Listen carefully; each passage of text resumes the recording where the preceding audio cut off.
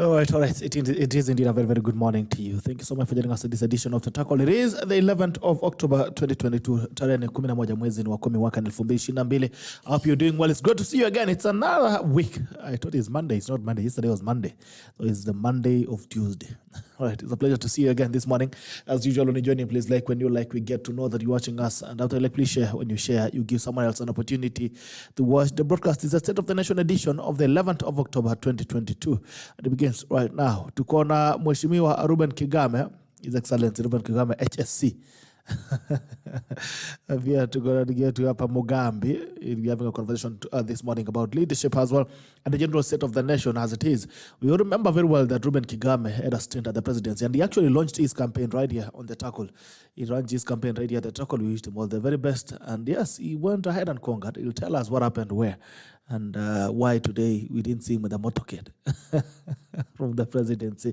And well, if some things that you want to comment in terms of democracy and the election process that was. You also had an experience. We had these complaints about the shortlisting by the IEBC and the fact that it seemed like many candidates and many voices were locked out. Many people have believed that the reason why we had a low voter turnout is because there are a lot of voices that could not participate in the electoral process. So we get to get deep into that shortly. Lakini kama kawaida lazima tuende mbele za Mungu tuombe. Alafu tukirudi basi tunajua ni vipi. Mighty Father, we come before you this morning. We worship you, glorify your name. I thank you, Father, for a new day. We thank you even for this program. We thank you for the guests, and we thank you for every tackler. May you meet them at their point of individual needs. For your praise, trusting, and believing. Amen. Sijui pia kama Mheshimiwa Kigame atatuimbia leo. Itakuwaje Mheshimiwa? Ficha gita yangu alafu unataka niimbe. Unaweza imba tu bila gita. Ama huyu bwana. Unataka tuimbe gani?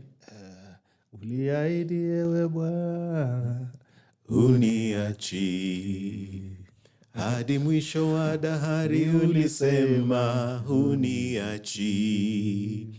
Wewe ni Mungu uliye mwaminifu siku zote. Mimi ninaiweka imani yangu kwako Baba. Kumbe unajua? Takotaje? I didn't know you can sing actually. Sing you glory, talk a lot, so I thought I tried to sing. I know I don't have the best of a voice. Sawa. I know I don't have the best of a voice, but that's your opinion, you know.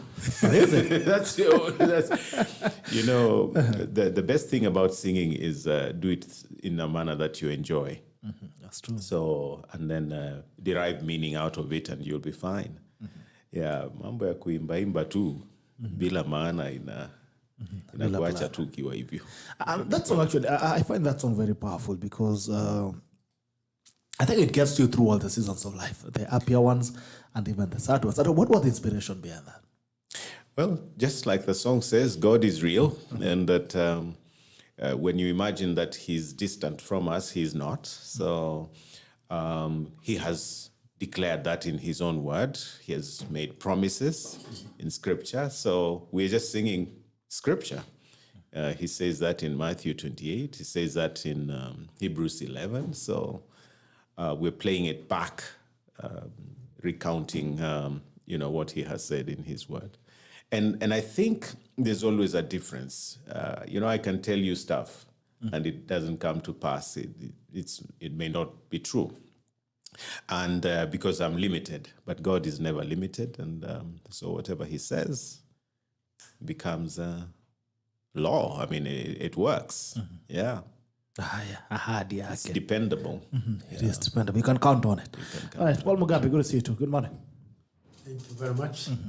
Paul Mugambi is my name. I'm a public policy scholar and a content creator from Disability Sausage Media, where I push for advocacy or rights of persons with disabilities, and also try to highlight issues which pertains innovation. I'm a first blind innovator in Kenya, and that's what I try to do here and there. Okay. We hustle here and there, it's in our own small way, but we know that we can be big granted opportunities. Right, somewhere in Yasla. You'll tell me what is it that you have innovated shortly. Kipto, good morning to you. Douglas Wanjala, good job. Good morning to you. Cecilia Wangui, good morning. Good morning to you, Cecilia Wangui. Jimmy Carlos Flavio, good morning. Elfas Kimetikas, good morning to you. I hope you're doing well. Vitalis Adair, good morning. Welcome back. Good morning to you, Vitalis Adair. Good morning to you, Vitalis. Hope you're doing well. It's another morning. I hope to thank you so much for joining us this morning. As usual, I request that when you join in, please when you we get to know that you're watching us, and that way, please share. When you share, you give someone else an opportunity to watch the broadcast. This is the Tackle the State of the Nation edition of the 11th of October 2022, and it's a pleasure to have you this morning as we discuss the general state of the nation and how things run and how should be. We not only look at how things are, but how things should be. All right. Mheshimiwa REUBEN Kigame. Yes, It's been a while. What have you been up to? You know what I've been up to. I've been trying to be your president, but you locked me out. Who locked you out? The citizens. We released you, we blessed you. No, you really. No, I've been reconstructing, the accountability narrative for our country.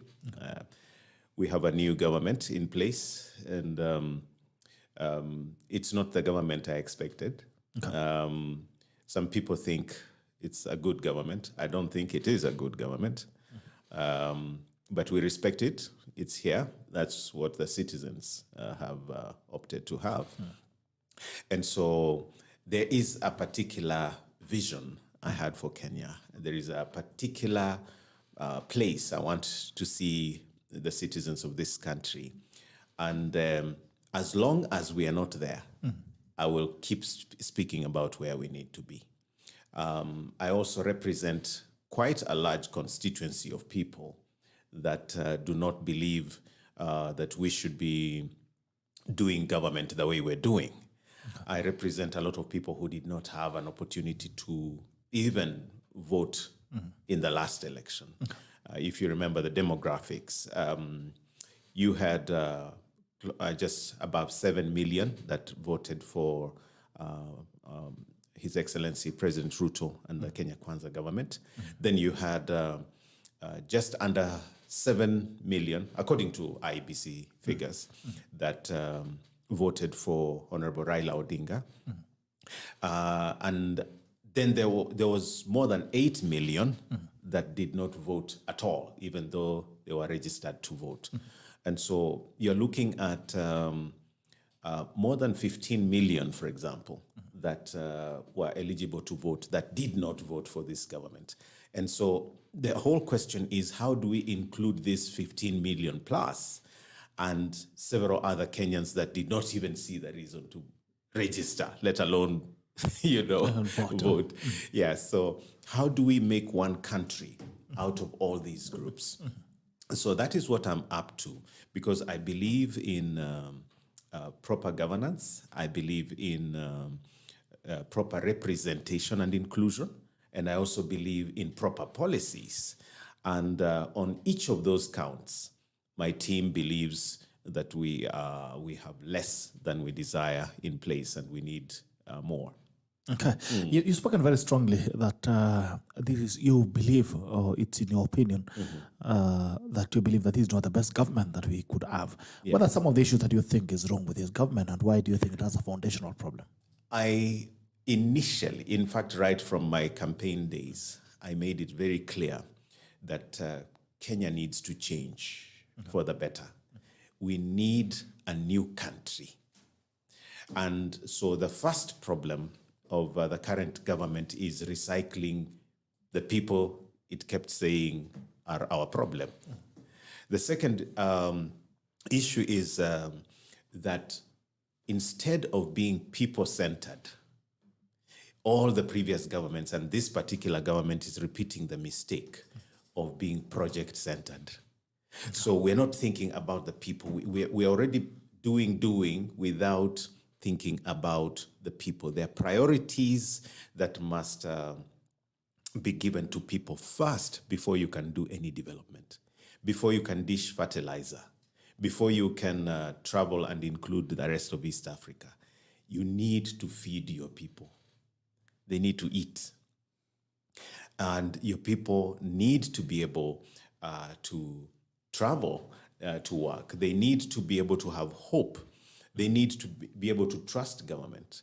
And the third thing that the government is doing wrong is in its appointments. We talked about values as the central pillar of any good government. We have people being brought into government that have questionable characters, questionable values already, month one. And so we are saying if the foundation is wrong, then everything is wrong. You will desire, you will laugh, you will dance, you will do all you want to celebrate. But if the foundation is wrong, then everything is wrong. Okay. If the foundation is wrong, then everything is wrong. Yes. All right, that's what you believe is the state of the nation. Paul Mugambi. The state of the nation is we are where we didn't plan to be. And we need to get where we need to be as a country. We are where we didn't plan to, but others would argue that they are where they actually plan to be. Because the people plan to be here. They will tell us in 3 months' time. All right, Paul Mugambi, good morning. Good morning to you. All right, let's speak up first of all about your innovation, even before you go to the state of the nation. You mentioned about an innovation that you say you do. You are the only innovator. Yeah, first is that being a blind person, you face a lot of barriers in terms of inclusion or even the society at large. And around, employment is a challenge for persons with abilities. And once that during Corona period, I experienced an interesting time when 3 days I stayed without power. So through that experience, I was able to... Without steamer? Without, because we are not supposed to socialize that time. So it ended up that I had now to think through, since there are no opportunities, since there is no power, and I cannot even go to the neighbor to ask, because neighbors fear that you can spread corona at that time. So I came out because I thought that the power had gone off, and it was that the power meter, which you normally read, it is not accessible. Okay. So I thought of a solution. And then to solve the problem, I engaged myself in terms of digital issues accessibility. And then I got a team to work with about the idea. And the same idea was I was able to present in some Nairobi social inclusion activity by some technical ICT guys. And it was recognized as one of the innovation. And it's what I've been working with. And I'm hoping that some either government or non-state actors can join me in terms of investing into the whole idea and the whole project, because we have already tested the prototype is working. It's just a question of now getting the funds and hoping that Kenya Power can help us to get into its system and work it out. And even this year, July, I was able to participate in an exhibition by Kenya Power, and I was able to demonstrate how it works and how the innovation can be able to solve the problem in terms of accessibility, not just for blind and visually impaired persons only, but the whole population. How comfortable can it be when yourself, you can be able to command or do your own instructions of utility service by just using accessible means for everyone. So it's a solution for all, not just for blind person. So what exactly does it do? It reads the meter. It communicates through all ways, either through verbal or through written way. So we are working in a way whereby we want to ensure even persons who are illiterate can be able to communicate in Swahili, such things, so that it can become much easier, and you know your own power consumption and other utilities if we get money to invest into the idea. All right. Yeah. There's something that our big brother here, that is Reuben Kigame, has mentioned. He has said that we are where we never planned to be. You're one of the people that have spoken to the manifesto of Kenya Kwanza, especially on the issues of disability and people who are physically challenged. The government is already here. Do you feel you've been part of the process of forming? Actually, I can say that this year's election, I never planned to engage myself politically, but I found myself by accident. I was invited as an entertainer because I also am a musician.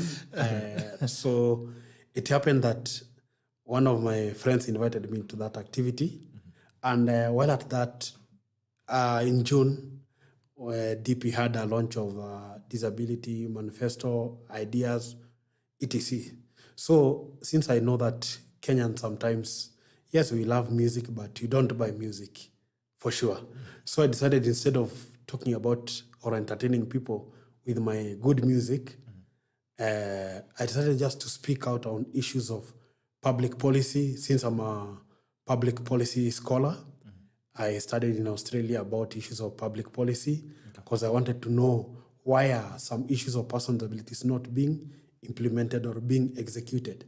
So when I got the opportunity to study there outside, I was able to share that experience and some of the issues which I raised in terms of I think 70% of the Kenya Manifesto disability issues were what I had highlighted even before through my own writings.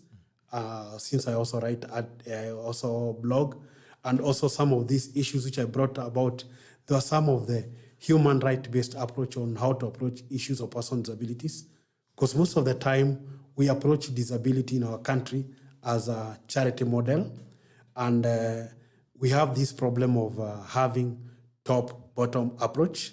And my concern was that we really need to refocus or engineer issues of persons with abilities from the bottom-up approach in terms of understanding. If, for example, we talk about learners with disabilities, we talk of learner-centered approaches where we should have learner support systems. When we talk about employment, because we know that persons with abilities, most of the time, we are not getting employment. And when the government talks about issues about employment, we find ourselves that at the end of the day, persons with abilities are stigmatized. They are being denied the opportunities. And through that, you find that most of us, we are not employed. And then when we raise these issues, opportunities are not being granted. So through that manifesto, we were discussing issues around how we can empower more persons with abilities and their caregivers, and more so, especially investing in terms of knowledge, access, education, and also trying to come up with solutions of employment strategies which can work from persons with abilities perspective, because what we've been having in place, they are what people think persons with abilities should do. Because I remember that sometimes back, even when we were young there, people tried to think that they should become a cobra. Well, at the end of the day, I believed in terms of what I wanted to do in my own future. So the issues around the current situation where we are in, I can tell you that we've begun in the, let's say, wrong footing, because we expected that to have at least a cabinet minister with a disability, so that this person would have inspired hope in terms of even bringing the issues of that inclusivity and also that virtue that even a person with a disability can become a top minister or something of the sort. Because what we have currently, they are what we call ableist tendencies, whereby persons without disabilities seem to represent us in terms of our agendas. So we find ourselves that we are not represented. And when you are represented, we have wrong representation. So at the end of the day, we will find that the society will tend to think in this way that when persons' abilities make noise, or in terms of that, they tend to think that we are full of what they call that tuna hasira nyingi. At the end of the day, it's not hasira. It is that the society has put us in that cocoon, thinking that disability should be just them talking about them, not us talking about it. Okay. And also, secondly, the issue about trying to make us to feel small, that we cannot become what we want in life. All right. Okay. There's a question. Yes, Ruben. Yeah, no, I was just saying he has a very good point there because it's all about attitude. The way our society has been wired to think about and respond to persons living with disability is through what we call tokenism. Tupia hiyo, you know,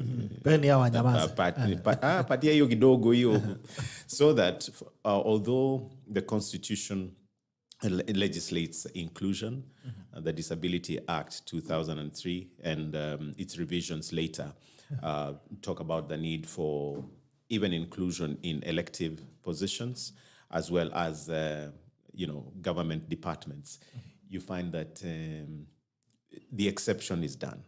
So while a lot of people believe that the solution is bottom up, like lift those that are down to go up, my view is that it should be the other way. Because the problem is not down here. The problem is up here. For example, when it comes to appointments into county governments, you find short listings. I had an article that I put out showing that, for example, 21 counties had not appointed any person into the county assembly. And I listed them. So it's something known.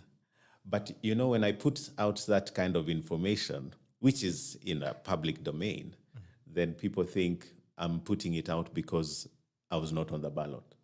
That's how people respond to issues. Kigame is still bitter. But that is the truth, that there was no inclusion. When it comes to the cabinet positions, like Paul is saying, you have women, there was a promise to include women, maybe like 50%. It's pretty close. He's coming pretty close. But there's no person living with disability in that cabinet. Is it because there are no lawyers, engineers, scientists, education experts among persons with disability? They're there. But we are believed not to be good enough. In fact, part of the whole process of inclusion with IEBC, for example, was that IEBC responds in the same way with tokenism.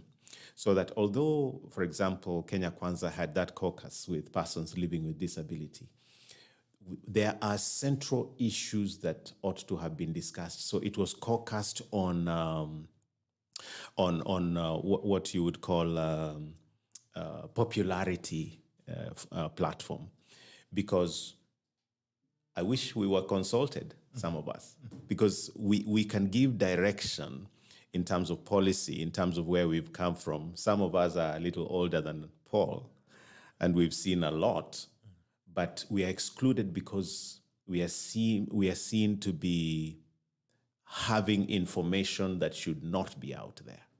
And so there are policy statements that are thrown out there, there are issues that are done for persons with disability, but it's always wacha tuwafanyie kidogo, or put somebody who is not living with disability to solve or to deal with those particular issues, like Paul is saying. Way forward would be that we need to move away from sympathy and this tokenism and ask the big question, where is the qualification? Okay. And once you get the qualification, you ask the next question. Is there proven evidence that you can actually fulfill this task? If you can, then appoint. So we are at a point where inclusion is really just about talk. It's not about action. And that is still the missing link, not just in disability issues.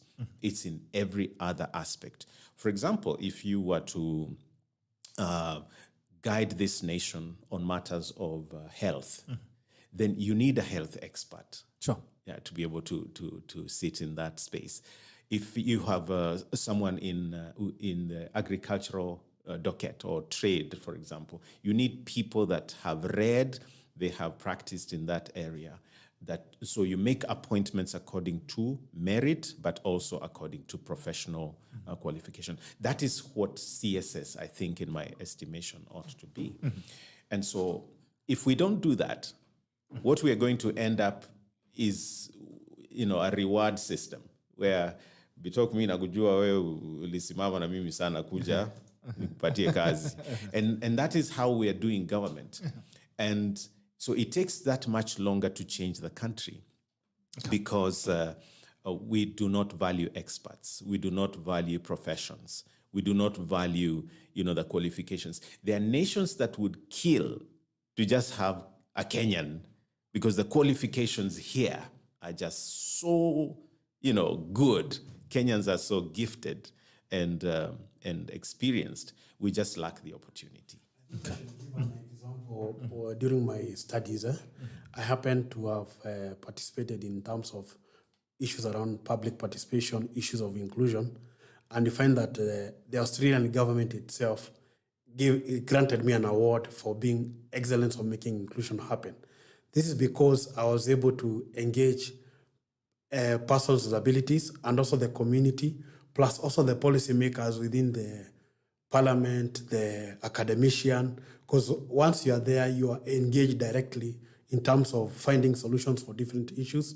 And when you look at my experience, there was issues around transport, issues about railway system, and how participation of persons with abilities can be engaged, and also art.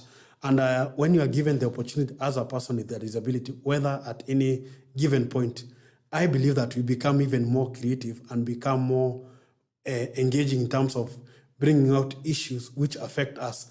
And one thing which the society should know is that when persons with abilities find solutions, they don't just find solutions for themselves.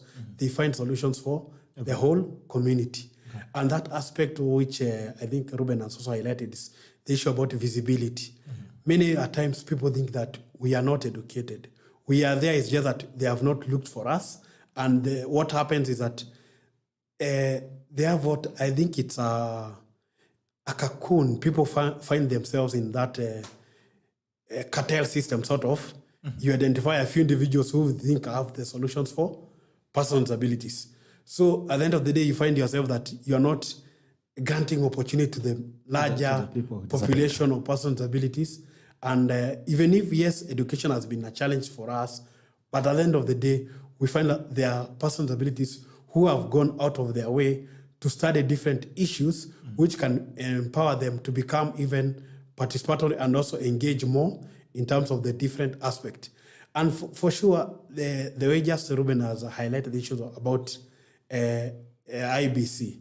I can tell you for sure when the IBC commissioners had opened up the spaces to apply, I myself, since I know myself, I'm a public policy scholar and I knew that I could handle such thing, I applied.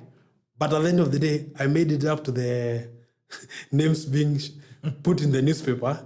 But when I did a follow-up in terms of the shortlisting, all that, I was told that you come from this tribe, there are many.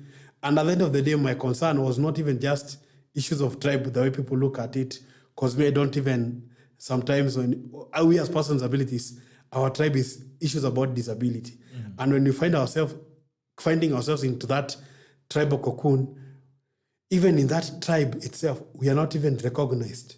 So it's we fight a lot of double exclusion. Even within that tribe, persons with abilities are not recognized. Where can a space of a person with a disability within our own ethnic community be found? It cannot.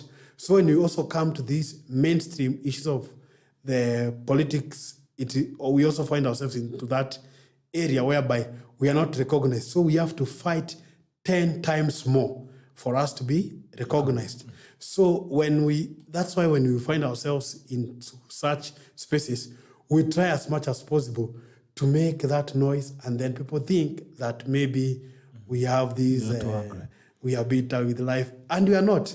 We are happy beings. It's just that we've not been granted the opportunity to show what we can do. Sure. There's a question for you here, Mheshimiwa Reuben, for Michael Mugan. Ask him, what is general view on party nominations on people with disabilities? Secondly, ask Kagame, why was he pushing so much to be included on the presidential candidature? Is he by any chance the beneficiary of 8 million who didn't vote? Good question. So with party nominations, I think it's not just a problem with persons living with disability. Even those without any disability challenge found party nominations very discriminating. So much so that even people that, for example, qualified would be left out and the certificate given to somebody else. And then at the party level, the constitution of the country doesn't seem to bear too much, interest, because anyone who is able to lead a political party should be able to read, Article 27, 28, Article 54, and Article 38, 83, and therefore find a way of accommodating persons living with disability. In some cases, although they work very hard, like in the case of Honorable Danida Gatti, they work so hard, they come so close, but because perhaps of community perspectives, they're left out. So party nominations are a problem in and of themselves before we even talk about disability. And that's why we need to look beyond party if we are going to get good leaders, because a lot of good leaders were left out with and without disability in this last election. Now, why was I locked out of the nomination process? I actually don't know the answer. I've been trying to find the answer because my personal experience with IEBC was that instead of being a referee, instead of being an enabler, IEBC was working to be a hinderer, not just for me, but for a lot of candidates, especially independent candidates, whereby an independent institution is supposed to facilitate, supposed to guide, supposed to promote the law and read the law in an inclusive manner, not in an exclusive manner. You found that IEBC became a player, an active player, so much so that, for example, one of the questions I've never answered to this day is how Chebukati would say, if the court ruled that we include you, we will include you. So the court actually ruled that I should be included on the 18th of July. Okay. Immediately after that, two things happened. I was not included, but a strange thing happened. This is what people don't know. Something very strange happened. IEBC went to court. Not me. IEBC went to court to stay the judgment that was ruled in my favor. Now, I've never seen anything like that. So the Court of Appeal is used as a trashing ground for, the indisposed cases, so that by smartly ensuring that they took that case to the Court of Appeal and without a mention date, without a hearing, then it was clear, of course, that they would follow up that case after the election. So IEBC became a player instead of a referee. So why I was not included, I have no idea. Okay. Now, would it have been good for me to be included? I think so. Not just, for the fact that this was the first time someone with disability was actually running for presidency in Africa. I think in Africa, I would say, because Roosevelt ran as someone living with physical disability. So Chebukati and all the IEBC officials actually threw away a golden opportunity of inclusion, not just for us as a country, but for the region, for the continent, for the world. But also, they displayed open attitude against, inclusion of persons with disabilities, because there was no reason whatsoever I was excluded. Okay. I have, not one degree, I have more than one degree. My record with the ESCC is good. Now, even before we get to the issue of ID copies and so on that were dumped on the independent candidates, the court also ruled that that was illegal. So at the end of the day, we have moved on as a country. We have a new government. And all the eyes have been fixed on the unfairness that was visited on Azimio. The question is, how about the more than 8 million that did not vote because they felt that there was no candidate good enough to vote for? And I want to divulge something that is very, very interesting that, that I have on record from the mentions of the Court of Appeal. It's the IBC lawyer saying in plain daylight that if we included Reuben Kigame on the ballot, then none of the candidates would get 50+1. Okay. That is, I have it in audio recording from the courts, meaning it was very deliberate. And so it's no longer about disability. It's no longer about, whether or not some candidates would qualify. It's just that the whole process was all wrong. And if I was to be honest with this country, the first place to actually bring changes going forward would be IEBC. Okay. I think we saw how divided they were at the end of the day. Even though we got a new government, there were problems because the commission itself is not independent. Okay. But also we have come to a point where if we are going to talk process of any election, then it should start way before, because the civic education that was not done, the register, the register of voters, which had a lot of problems. I was moved like 4 times from one party to another. Okay. I mean, as a candidate that is known, I was moved 4 times. What about others? So with a porous register and one that was just being cleaned last minute, and a lot of people who did not see the reason to vote, and those who are actually going to IBC saying, I'll never vote again, remove me from the register. We need to look at IBC because there is a problem. Okay. And before I come to you, Paul, there's something that Reuben has spoken very strongly about, and that is the issue of religion and governance. And he has criticized very strongly the presidency as it was, that it should not turn State House into, should I call it quote unquote, or religious center? What is that? A church. Yes, a church. Where do you separate religion and governance? And does it mean that there's no relationship between governance and religion? Can they not work hand to hand? What was your biggest divergence? Let me simplify this so that those who think I stopped being a Christian can understand where I'm coming from.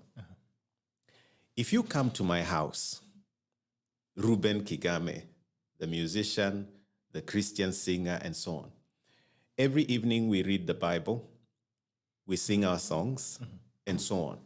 I guide my family in Christian values. Every Sunday, pastors go to church, they teach, and so on and so forth.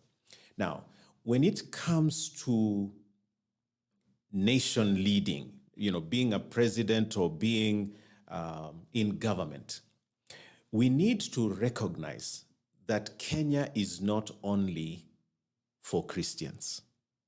That is something I don't know that it is rocket science. There are Muslims, there are Hindus, there are atheists, There are those who don't even want to hear anything about religion. That is why our constitution in Article 8 says that state and religion are separate. Not enemies, they are separate. They should be treated separately. In other words, you don't mainstream religion because it can also be problematic. You've seen it in the Middle East. You've seen it in other parts of the world where religion is used to divide. So if you are the leader of the nation, and this is what I keep saying in many ways on Twitter and on Facebook, I keep saying leading a nation is like being a father or a parent. You are a parent for everybody. Those that are slow, those that are fast, those that you think are good children, those you think are bad, they are all yours.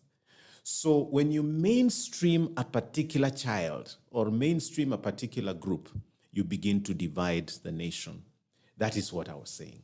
So even among evangelicals, you would be actually mainstreaming at your own risk because there are many. And so there is nothing wrong to profess your faith. There is nothing wrong to say, I'm the president and I'm a Christian and I would like us to pray and in all of that. That's okay. But when you show favoritism, for example, there were two evangelicals who were called to pray at the inauguration. One Catholic, one traditionalist, one Muslim, but two evangelicals. Already that is wrong because you're showing favoritism. You are promoting one group over the others. Okay. And then you call not Catholics, not anybody, you call evangelicals into State House and then you stream. There's nothing wrong if you did it privately. You know, let's go and pray, that's okay. But once you mainstream it and you show the nation that you favor a particular group, then you begin to divide the country. And at a point where, for example, our country was so divided in terms of the polls, when you indicate that God is with you and you mainstream faith, then you are automatically sidelining or sending a tacit message that those who did not vote for you are not necessarily as, you know, good worshippers or good religious people and so on. And perhaps because of the remarks that have been made or attributed to certain politicians here and there, you end up with the public or the mainstream churchgoers believing that particular candidates are of God and others are not. You know, so because so and so won an election, therefore he's walking with God. And those who did not win an election are not walking with God, or they're not good before God enough. Those tacit messages are very dangerous because they will deplete the church attendance. There are a lot of people I talk to that say, what's the point of going to church? I mean, we are viewed as wachawi, washirikina, and so on. It's the same thing in the States. The Republicans are seen to be Christians. Okay. The Democrats are viewed as not so good Christians. That's a very bad way of practicing religion. And that's why I think we have to separate and say, if you are doing government, you must be a president for everybody and not push in a particular direction. We all pray, and I'm a Christian, for example, and I pray for the government, I pray for the president.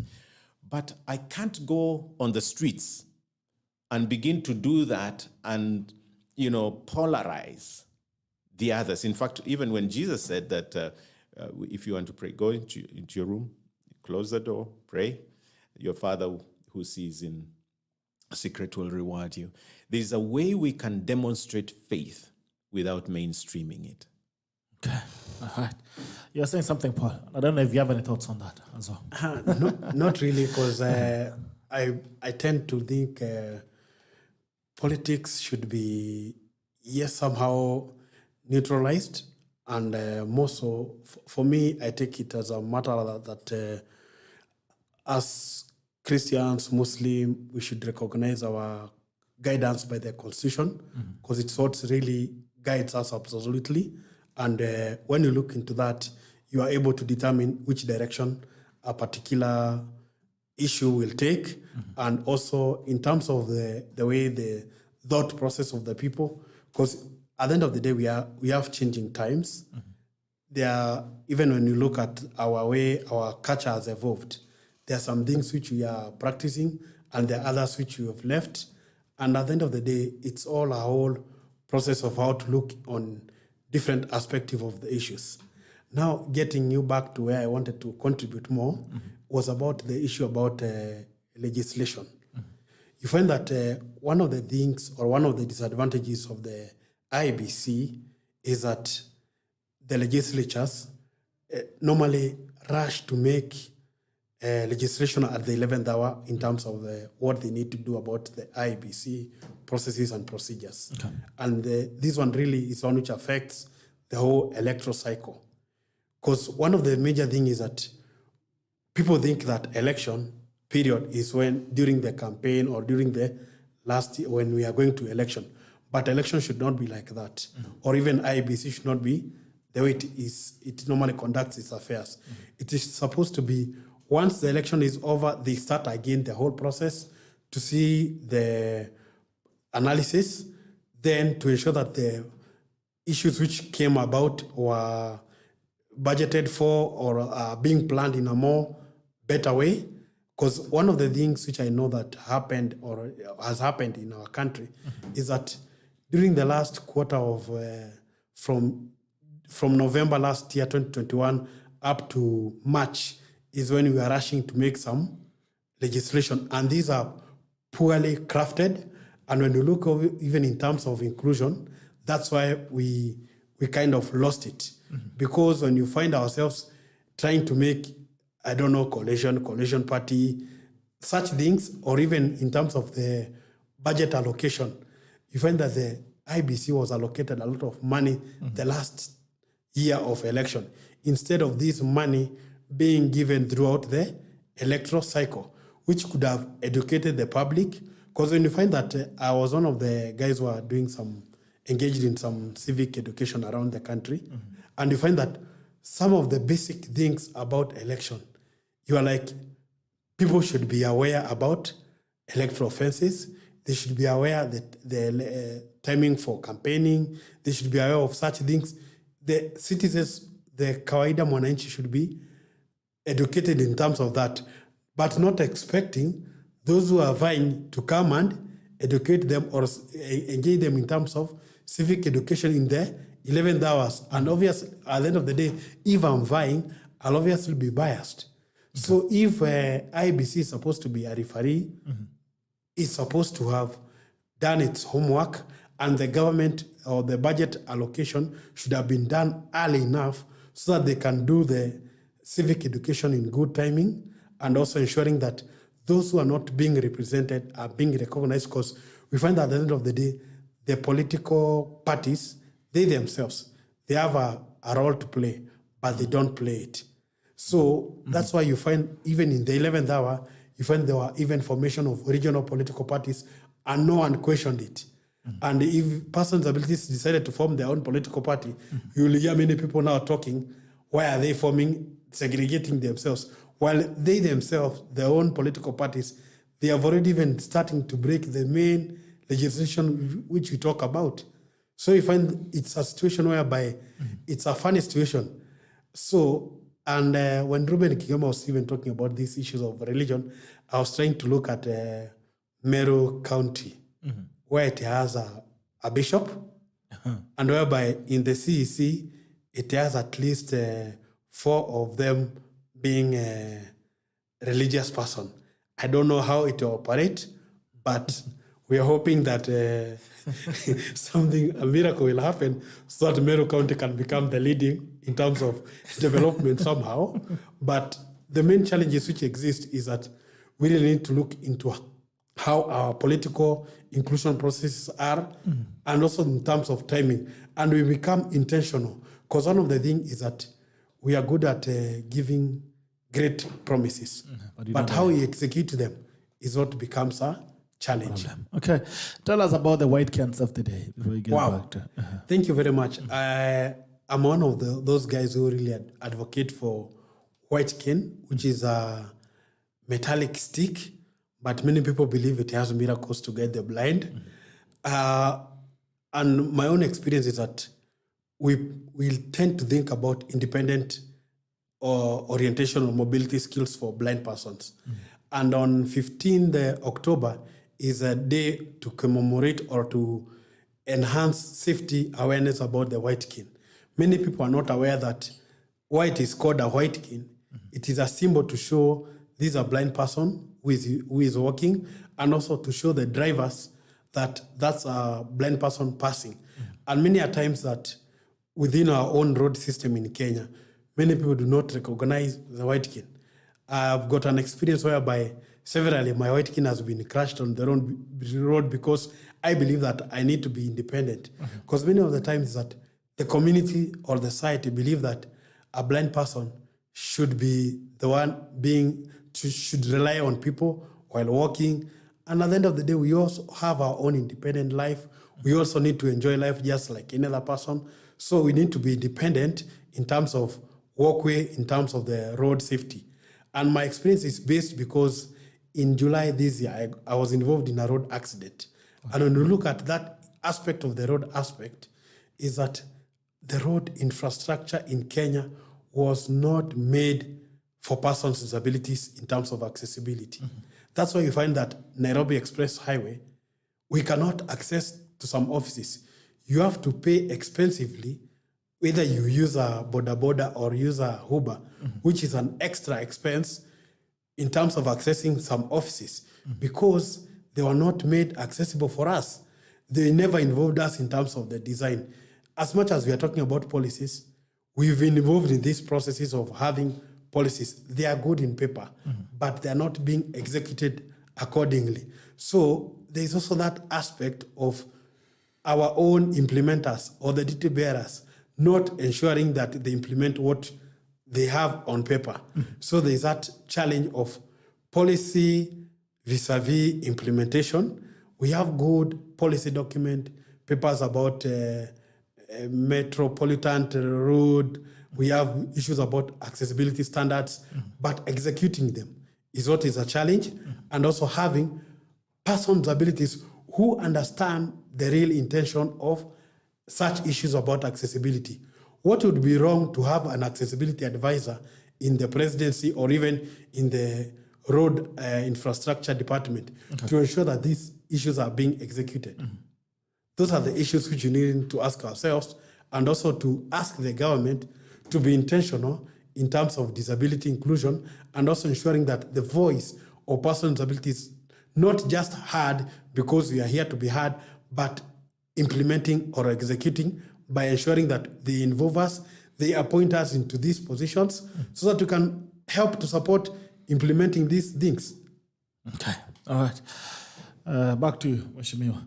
Now, how do we move forward? What are some of the things that you think really matters to Wanjiku, even as we move forward? As the government takes shape, for instance, you've criticized the move that the president maybe is moving too much. There are issues that needs to be sorted out at home. What do you think? You come from the ground. You get a feel of the people.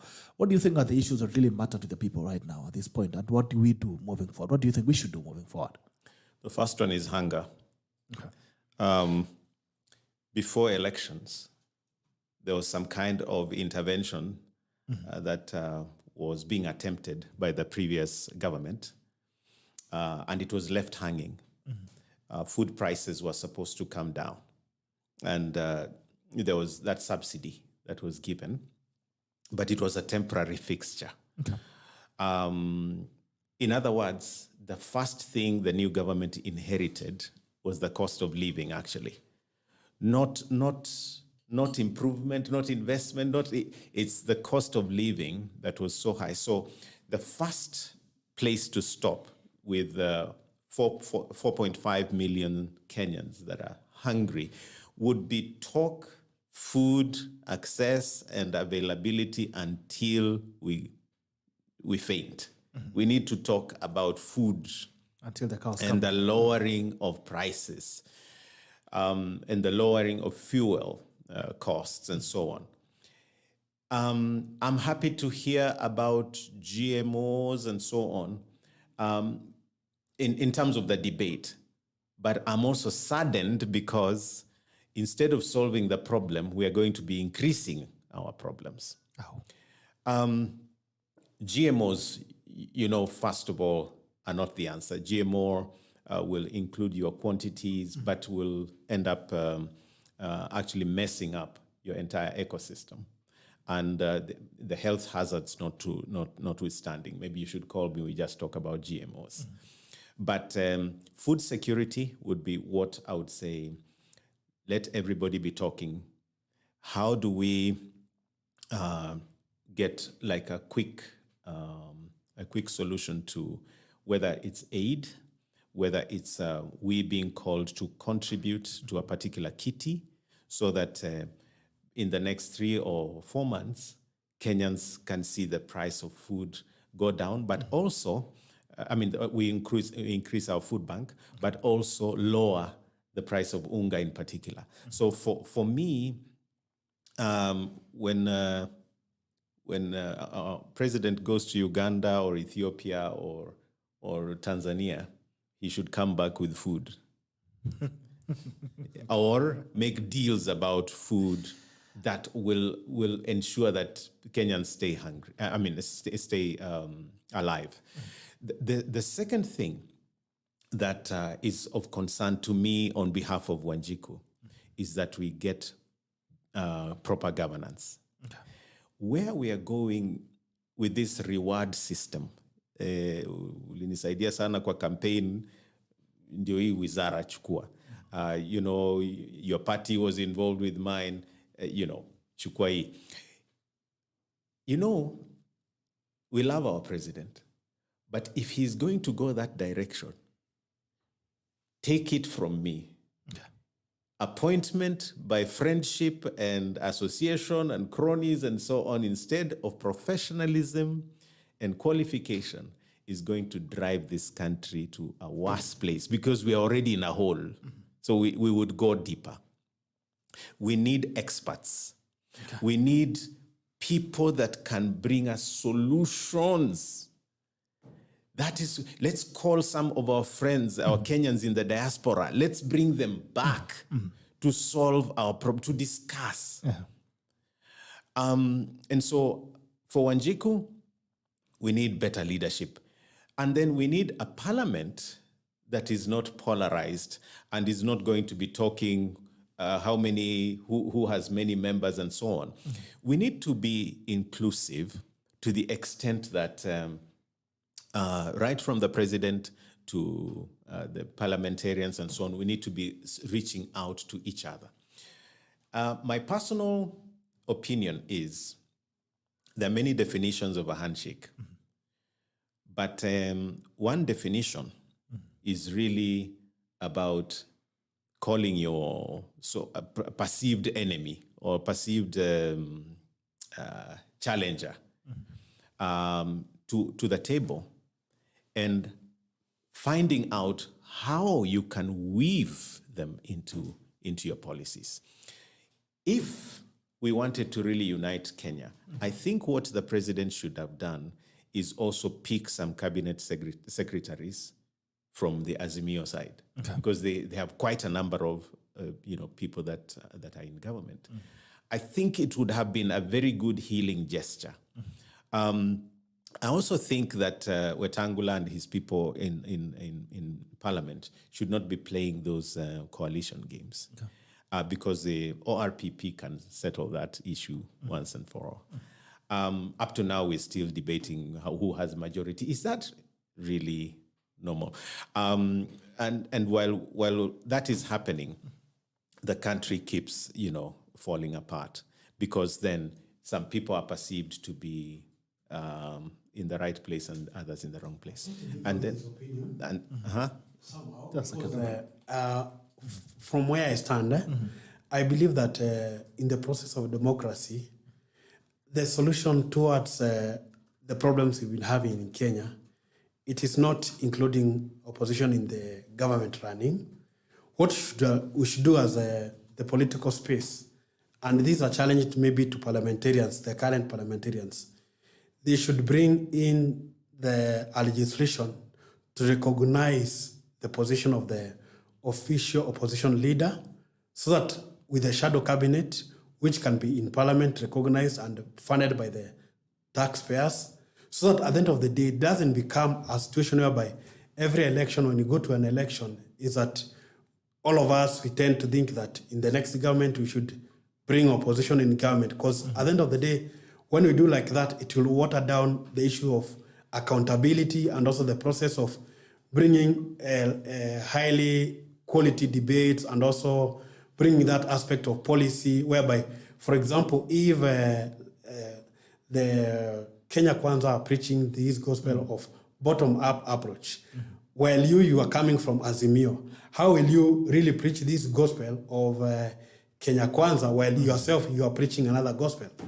So it also becomes an issue whereby I believe that to cure the whole process, because I believe it was somehow like a blunder in the 2010 constitution, whereby we didn't recognize the official position, which could have been played a critical role in terms of ensuring that we have that accountability piece of it.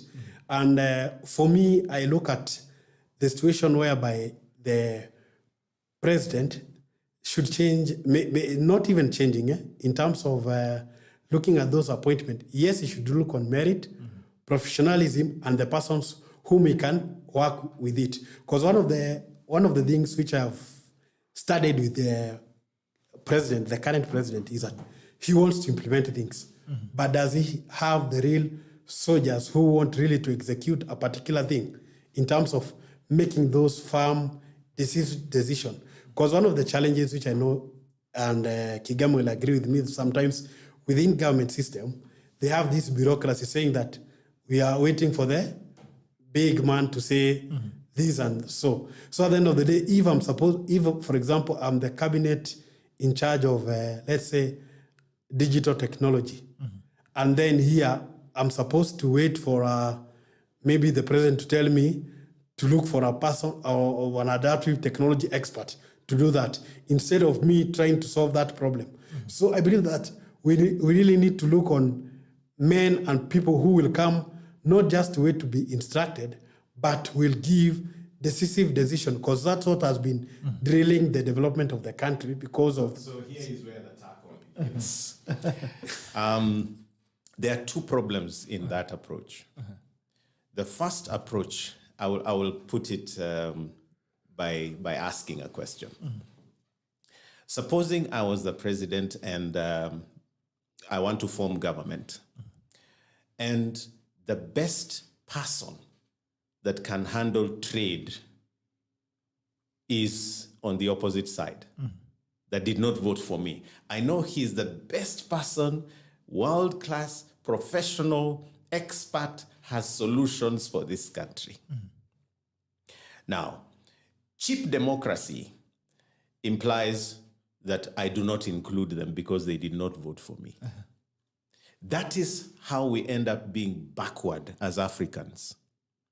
Because in the West, and in places like Singapore, where they're looking for excellence, you ask the question, who is the best person that can do this job? Not what political wing they belong to. This is at the level of top implementation. You get the best brains, the best experts, wherever they will be. That's why I was saying, if I was president and I realized that someone is in the diaspora that can fix this problem for us, I will go for them. Because we want answers, we want solutions. Now, the second problem that comes with that cheap democracy is that we go out campaigning, on a unity platform, on inclusion, on everything. National, we want a national government. But the way we vote is tribal. So that's why you're talking about Rigathi Gachagua getting, rewarded as someone from the mountain with more positions or more appointments. That's why, you have to think the president is from the Rift Valley. So how many Rift Valley appointments are we going to have? So at the end of the day, you still have a government by two communities. The question is, what happens to the other communities? And that's why I was saying that it begins at the campaign stage. Okay. We have to once and for all decide what is the definition of this democracy. Even in terms of forming your campaign team, are you going to be leaning towards a particular side because there are more votes there?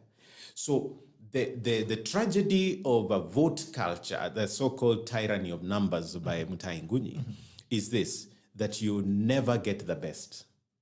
You always get reward-based appointments. I believe that one way that when you look on that aspect of your argument, I believe it's somehow wrong because we don't have scarcity of professionals with both sides.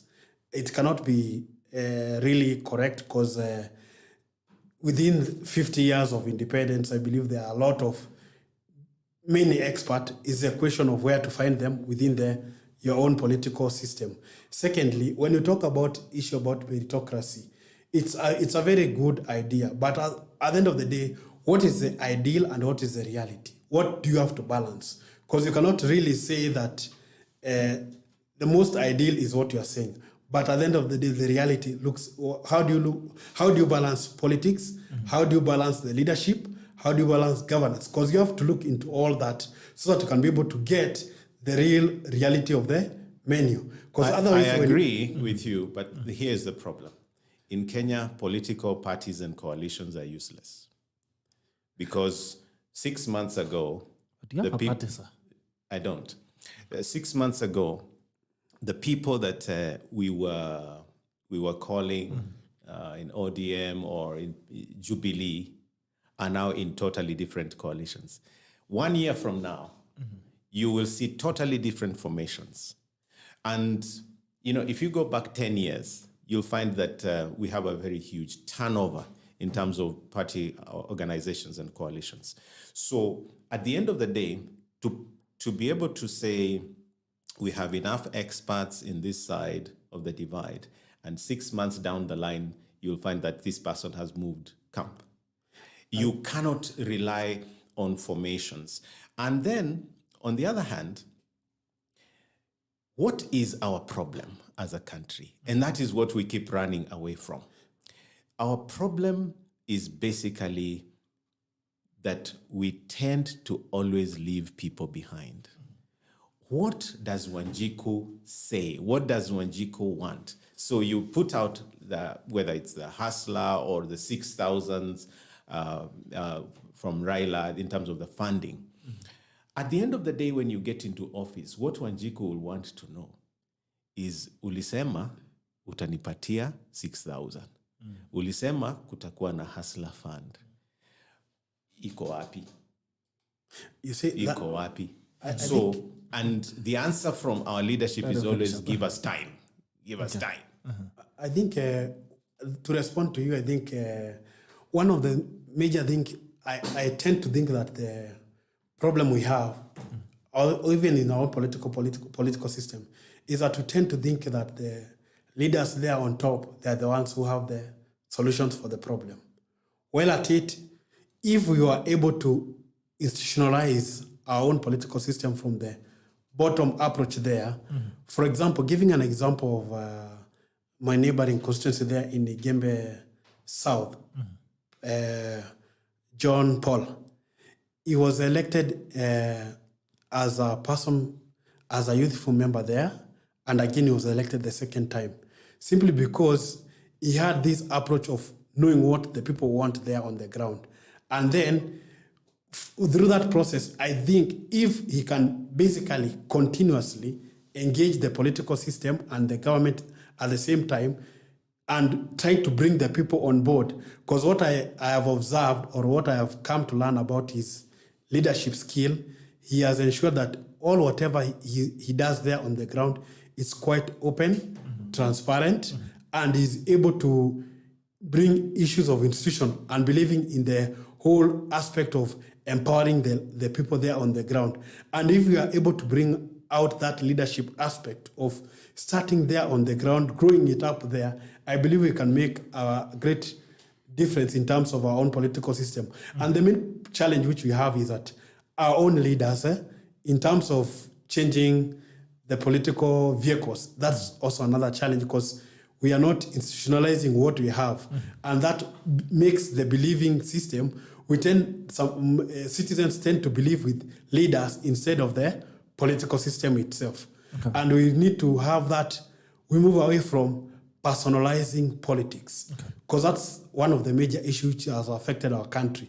Because when we see ODM is maybe Raila Odinga, we see UD as Ruto. So the main challenge could be us to try to think, or in terms of how we can move out of personal institutionalizing of issues, and we bring systems to work for us, because that's what is working in many other countries in the world, which can really move us from that quagmire or that danger of us personalizing things. Because if, for example, today Raila is not in ODM, will ODM survive? Those are the questions we need to ask ourselves. And that one will also affect in terms of the leadership of the political system, and also in terms of the whole governing system. Because if this particular leader is not there, will the system continue, or will it die? Or will I cross to the other side? Those are the things we really need to look in terms of how we handle our own political issues. And that's why we also see the disadvantage in terms of advocacy, or even issues of disability inclusion. If a particular person is not mentioned, you seem to think that solutions of persons with disability cannot be found to particular X or A. So those are the real issues we really need to think into, so that we can have a system whereby at least we know that in this growing system, we can have young persons with disabilities, young youth, women growing into the system, not saying that this person A, if person A is not there, system can't work. All right. Okay. It's 2 minutes past 9 a.m. and I think we should be taking our parting shots. I'll start with you, Mheshimiwa Reuben. Yeah, I think I would have two quick things to leave on the table. One is that whoever we are and wherever we are, we need to work towards the unity of the country. A country that is divided cannot move forwards. And I'll give you the example of maybe people at a party, or people that are high on alcohol, that get so excited. The next day they find the problems are waiting there. My advice to the current government is, it's time to put away the wine glasses. It's time to stop the party. It's time to stop the campaigning, because the more we listen to them, the more we think they're still in the campaign mode. It's time to bring the nation together and solve the fundamental problems according to the manifestos that were made. The other thing I would like to say is that we need to systematically begin to reform our institutions, because there is a decline in the faith that citizens have in institutions. For example, we need to immediately embark on reforming or adjusting whatever is not going right in IEBC. So let's not wait until 2026 to start now dealing with the issues. Let's legislate and ensure that we are able to maybe have a referendum or something to help us increase our faith in the judicial systems, which are declining. And I think we should have a separation of powers at every level, so that we do not go back to what we had in the last government, and that is state capture. All right. Paul Mugambi. Wow. Thank you very much. First, quick one is that I'd like to make an appeal to the new government to ensure inclusion of persons with disabilities as they become intentional, whether it is in appointive and elective position, and they should know that persons with disabilities, we are available. Let them look for us. We are visible. we've gone to school. We don't want to be represented by persons without disability so that we can reduce ableism and in order to include everyone in the society. Second last is issue about issues about accessibility of roads and infrastructure and technology. This one of the biggest part which if the current government can be able to enhance accessibility of physical access of roads, it will get more persons with disabilities economically empowered. And also in terms of digital accessibility, braille technology, it is there. It's just a question of ensuring that the government puts the right money to the right places. And lastly, I've gotten a chance to promote my YouTube channel, Disability Sausage Media, whereby I talk issues around disability, public policy, and all these questions which people are asking about disability inclusion, why we have not been included, what needs to be done. I discuss them there. And also I write articles about disability inclusion. So the last appeal is to the Kenyan government. Kindly don't take us back to the social ministry. Let us remain maybe in the gender affirmative action ministry of the public service, or to be taken to the interior service issues of disability, because that's where we need to be in the mainstream, not to the social protection where we were there sometimes back, but issues of persons with disabilities were not being addressed adequately. Thank you very much. Okay. Thank you so much, Brian Garuya. Well moderated, Gerald. Thank you so much, Brian Garuya. Good to see you this morning. In Parliament, the leader of minority is the leader of opposition. Okay. Jack Sparrow, Mitch, good morning. Good morning to you, Genesis. Keep quiet. Yes, actually, thank you so much. Jimmy Rotuk, good morning, Team Tackle. Good morning to you. Genesis, good morning, JB. I'm tuned in from Transmara. Thank you. Jude Waringa, we need such sober leaders like Kigame, Santa Brand. Our roads and offices need to be redone, minding PWD. Well said, Paul. Okay. And in a democratic country like Kenya, Ruben was supposed to be included. James Kariuki, good morning, Mr. Bitok, live from Kitale. Good to see you, Brian Garuya. Ruben Kigame was a threat that has to be neutralized. My comments. Okay. Parliament should not neglect PWD and act legislation to help them move more. They are more Kenyan. Okay. Just Olekoipa watching from Loita, Narok County. Thank you. I think Kigame should vie for chairperson of people with disability. It would be a strong voice. I think Paul would do better on that one. They said Paul would do better. Yeah. Okay. You should vie as a chairman. Doro from the USA, ROGB. Good morning to you, Pops. Antonio Yakuza, my guy, Mugambi. Thank you. Maramera, Ruben is saying that the president should not travel but stay in Kenya and feed people. So we can't walk and chew gum.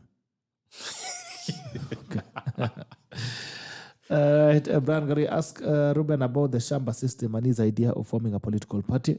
I think Ruben has said he doesn't believe in political parties. I could be wrong. Gerald and Ruben, what does he expect from the CBC task force formed?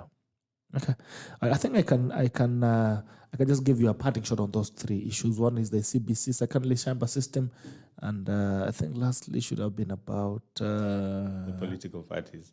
I actually do believe in political parties. It's just that, like I said on the program, Kenya needs to develop a more robust way of engaging issues so that parties are known by issues rather than having 82 and you don't know which one fits where. Then you have a coalition of friends instead of a coalition of issues. So we need to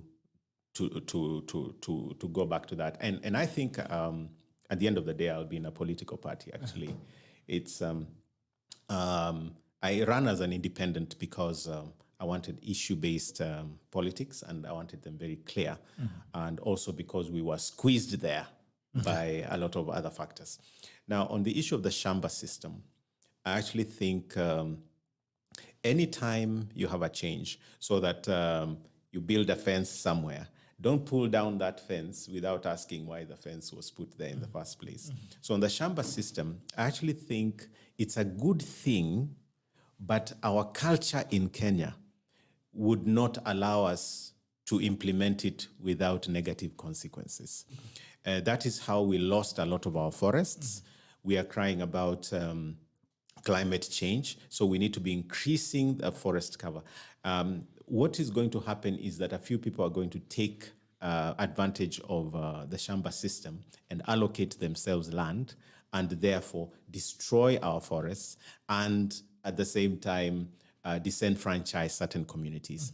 If you look at the Ogiek and so on that live in the forest areas, I think they have a perfect way of, taking care of the forest areas and so on. So we should empower them to do more. I don't think we should go into that Shamba system. What was that last issue again? I think there was a criticism on whether the president cannot chew gum and still. No. He's doing the right thing. What I just meant is that when he comes back from those trips, he should come with something. Yeah, I think we should have negotiations on how to increase. Oh, it was on CBC. There's one on CBC task force. Yeah, so yes, first of all, the CBC task force is blown up. I mean, you don't need all those people to into the task force. But secondly, a lot of the issues that need to be canvassed were already in the public domain. I mean, a lot of scholars have already put them out. So we needed, people that have been addressing these issues to be called in to actually address them.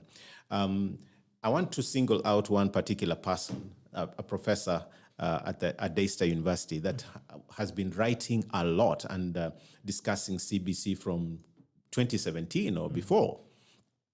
She's called Professor Wandia Njoya. Wandia Njoya has done so much work in terms of analysis, so much. She has dissected this thing, the pros, the cons, and made recommendations. She's nowhere in the task force. That's what I was trying to tell you earlier, that if I knew there are people who have done certain work in a particular area, those are the people I would involve in government. And that's the best way to do government, by using experts and people who are already doing something. All right. Okay. Do you have anything, Paul, as we go?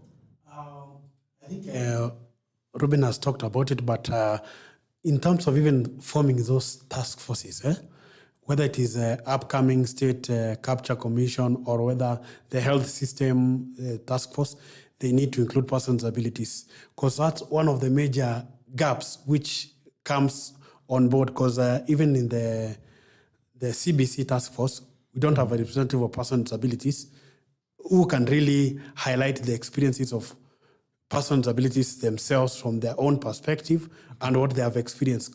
Because we also have education experts with disabilities who are there.